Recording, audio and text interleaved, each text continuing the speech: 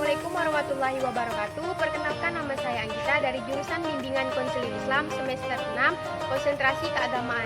Nah, di sini saya akan membuat tugas UAS untuk memenuhi mata kuliah dari pembinaan kemasyarakatan.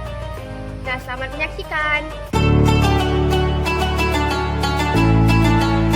Nah, baiklah, kalian semua pasti sudah tahu mu'alaf itu apa. Nah, mu'alaf dari arti mu'allafah qalbu, yang artinya hatinya itu sudah dibujuk atau dijinakan untuk berada di agama Islam.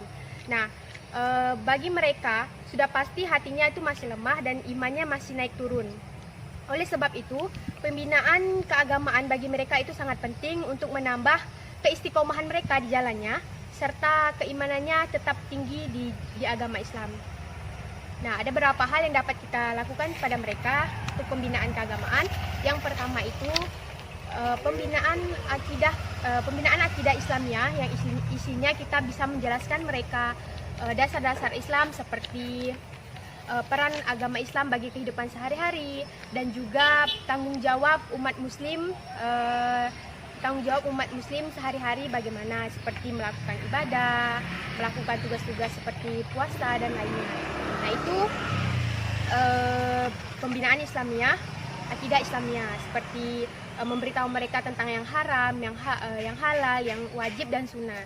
Terus pembinaan kedua itu ada pembinaan pelatihan praktik ibadah. Nah, setiap manusia yang berada di agama Islam itu sudah pasti melakukan ibadah. Yang pertama seperti ibadah sholat 5 waktu. Nah, oleh sebab itu kita ajarkan mereka cara berwudu sebelum melakukan ibadah sholat itu sudah pasti melakukan wudu. Dan ketika saat manusia itu sedang sakit, kita tidak bisa melakukan wudu, kita bisa mengajarkan mereka tayamum. Nah, terus kita juga ajarkan mereka sholat 5 waktu, sholat sunnah, terus sholat yang diwajibkan, dan juga seperti mengajarkan mereka puasa, apa arti puasa di dalam sebulan selama Ramadan, serta hal-hal yang membatalkan puasa dan juga hal-hal yang membuat sah untuk puasa. Terus yang ketiga, pembinaan yang dapat kita lakukan yaitu pembinaan berdoa, membaca, dan menulis. Nah, membaca Al-Quran, yang misalnya kita menuliskan mereka, karena sebelumnya mereka bukan berada di agama yang Islam dari lahir, pasti mereka belum banyak mengetahui tulisan-tulisan Arab. Nah, oleh sebab itu kita ajarkan mereka menulis Arab seperti alif, ba, mengajarkan mereka dari Al-Quran kecil. Nah, sehingga mereka nanti bisa membaca Al-Quran besar dan memaknai arti-arti dari surah tersebut. Karena di dalam arti surah Al-Quran itu banyak sekali hikmah dan bisa diambil untuk kita kehidupan kita sebagai umat muslim.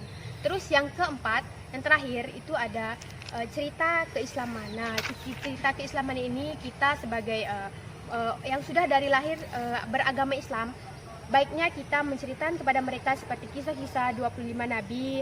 Di situ banyak sekali hikmah keajaiban atau yang didapat oleh para nabi kita sebelumnya, seperti menceritakan mereka tentang Nabi Muhammad yang melakukan dakwah secara terang-terangan atau diam-diam, yang dicaci, dimaki, tetapi tetap sabar. Nah, di cerita itu maka mereka bisa mengambil kesimpulan bahwa kesabaran itu sangat baik untuk kehidupan. Pasti ada kebahagiaan di seterusnya. Jadi kita lebih baik jika ada mu'alaf di antara lingkungan kita, sebaiknya kita memberikan mereka pemahaman yang lebih lagi tentang agama Islam, agar mereka bisa tetap berada di jalan Allah, tetap istiqomah, imannya tetap tinggi, sehingga mereka percaya bahwa agama Islam itulah agama yang paling baik. Nah, hanya itu yang dapat saya sampaikan. Kurang dan lebihnya saya mohon maaf. Assalamualaikum warahmatullahi wabarakatuh.